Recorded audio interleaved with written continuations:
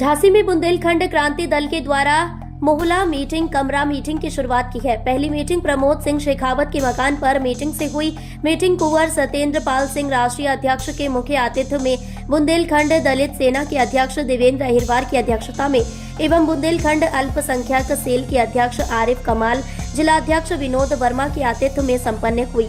Meeting को संबोधित करते हुए राष्ट्रीय अध्यक्ष कुंवर सत्येंद्र पाल सिंह ने कहा कि आज मोहल्ला मीटिंग की शुरुआत की जा रही है। हम घर घर जाकर लोगों को अलग बुंदेलखंड राज्य का महत्व बताएंगे। हमारे बुंदेलखंड में परेशानियों का पहाड़ है, सरकार उदासीन है। अब हमें सरकार से कोई राहत नहीं चाहिए, हमें तो अलग बुंदेलखंड राज्य चाहिए और हम बुंदेलखंड राज्य लेकर रहेंगे। प्रमोद सिंह शेखावत ने कहा कि इस बुंदेलखंड की आज़ादी की लड़ाई में साहित्यकारों का भी बहुत बड़ा योगदान है। देश की आज़ादी के पहले की मधुकर पत्रिका में बनारसी दास चतुर्वेदी ने अलग बुंदेलखंड की मांग की थी। मीटिंग में देवेंद्र अहिरवार ने पानी की समस्याओं को बताया। विनोद वर्मा जी ने बिजली की समस्याओं की तरफ ध्यान आकर्षित किया। मोहम्मद आरिफ कमाल ने बताया कि बुंदेलखंड में से प्रतिदिन 20 अरब रुपए टैक्स सरकार के पास जाता है। बुंदेलखंड युवा सेना के अध्यक्ष अरविंद सिसोदिया ने कहा कि युवाओं का पलायन रोकने के लिए बुंदेलखंड जरूरी है। बुंदेलखंड छात्र संघ के अध्यक्ष आयुष तिवारी ने मांग की कि प्रत्येक गांव के जूनियर हाई स्कूल को इंटर कॉलेज किया जाना चाहिए। संचालन आयुष तिवारी ने किया। प्रमोद सिंह ने आभार व्यक्त किया। आज हम लोग बुंदेलखंड क्रांति दल के नया अभियान मोहल्ला मीटिंग कमरा मीटिंग के अंतर्गत आज 4 फरवरी को झांसी में प्रेमनगर क्षेत्र में श्री प्रमोद सिंह शेखावत जी के मकान पर हैं और आज यहाँ मोहल्ला मीटिंग का शुभारंभ हुआ। बुंदेलखंड राज्य आंदोलन के निर्माण में ये जो योजना लाई गई बुंदेलखंड राज्य आंदोलन के अंतर्गत कि मोहल्ला मीटिंग और कमरा मीटिंग, हम गली गली जाएंगे, लोगों से मिलेंगे और मिलके ये आह्वान करेंगे कि बुंदेलखंड राज्य बनाना है तो सभी को सहयोग करना पड़ेगा। सभी सहयोग करेंगे तो ये बुंदेलखंड बनेगा। आज बहुत लोगों ने विचार व्यक्त किए। हमारे भाई दलित सेना के अध्यक्ष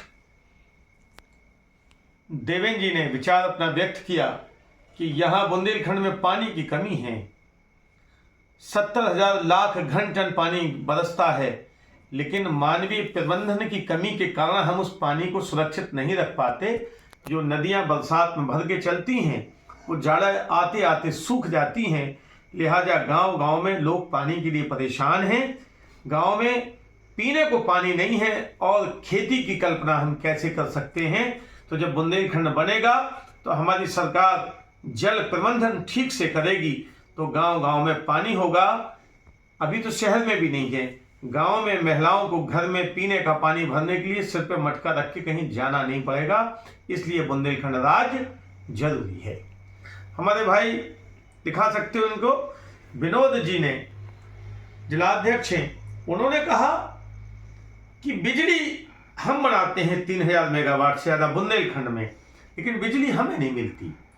गांव में किसानों के घर की महिलाओं को मिक्सी चलाना है, उन्हें भी शौक है, उन्हें भी टीवी देखनी है, उन्हें वॉशिंग मशीन चलानी है, उन्हें फ्रिज चलाना है, लेकिन उन्हें कपड़े प्रेस करना है। लेकिन गांव में जब लाइट नहीं आएगी तो कैसे कपड़े प्रेस करें, कैसे वो मिक्सी चलाएं, कैसे टीवी देखें। उनका जीवन बेरंग हो जाता है लाइट के न आने से। तो लाइट हमारी और हमारे गांव में रहने वाले महिलाओं को इसका लाभ नहीं मिल रहा, बेचारी मजबूरी में पलायन करने को जा रही हैं। तो बुंदेलखंड बनेगा तो ये 3000 मेगावाट लाइट हम जो रोज बनाते हैं वो बुंदेलखंड के लोगों को मिलेगी। गांव गांव 24 घंटे लाइट होगी, महिला परेशान नहीं होगी। टीवी देखो, फ्रिज चलाओ, वॉशिंग मशीन चलाओ, तब पलायन नहीं होगा। गांव का आदमी गांव में रह जाएगा। अब लोग चर्चा करते हैं कि बुंदेलखंड चलेगा कैसे, आर्थिक प्रबंधन कैसे होगा। हमारे राष्ट्रीय महासचिव और अल्पसंख्यक सेल के अध्यक्ष आरिफ भाई ने बहुत अच्छी तरह समझाया और कहा कि 3 करोड़ से ज्यादा आबादी बुंदेलखंड की है और अगर हम 1.5 करोड़ लोग भी 1 लीटर पेट्रोल डलाते होंगे, कार वाले तो 10-10 लीटर डलाते हैं, तो हमारे पास 2-4 अरब रुपए रोजाना तो केवल पेट्रोल का जीएसटी आता है, टैक्स आता 2-3 अरब। अब हम दुकानों पे आ जाएं कि जो छोटी बड़ी बहुत बड़ी बड़ी मॉल हैं, इस छोटी परचूनी की दुकानें हैं, कम से कम इस 3 करोड़ की आबादी में 20-25 लाख दुकानें होंगी। और अगर हम किसी से 1000, 2000, 3000 जीएसटी मान लें तो 8-10 करोड़ अरब रुपए 8-10 अरब रुपए रोजाना जीएसटी कलेक्शन परचूनी और अन्य दुकानों से है। जो कोई रंग बेचता है, कोई पटाखे बेचता है, कोई खाने का सामान बेचता है, कोई ना कोई दुकान से कुछ ना कुछ सामान, बच्चों की किताबें बिकती हैं, जूते बिकते हैं, कपड़े बिकते हैं, टीवी बिकता है, इलेक्ट्रॉनिक बिकता, लोहे का सामान बिकता है। 8-10 अरब रुपए आएगा, ये पैसा आ गया हमारा। अब 72 तहसीलें हैं बुंदेलखंड में, रोजाना रजिस्ट्रियां होती हैं, अरबों रुपए का लेन देन होता है स्टाम्प पे। वो स्टाम्प का पैसा बुंदेलखंड में रुकेगा। अब इस पूरे पैसे को जोड़ लीजिए, 12, 14, 15 अरब रुपए रोजाना खरब रुक गया। और जब बुंदेलखंड में रुक गया तो बुंदेलखंड का मुख्यमंत्री, बुंदेलखंड की सरकार इस पैसे को बुंदेलखंड में लगाएगी।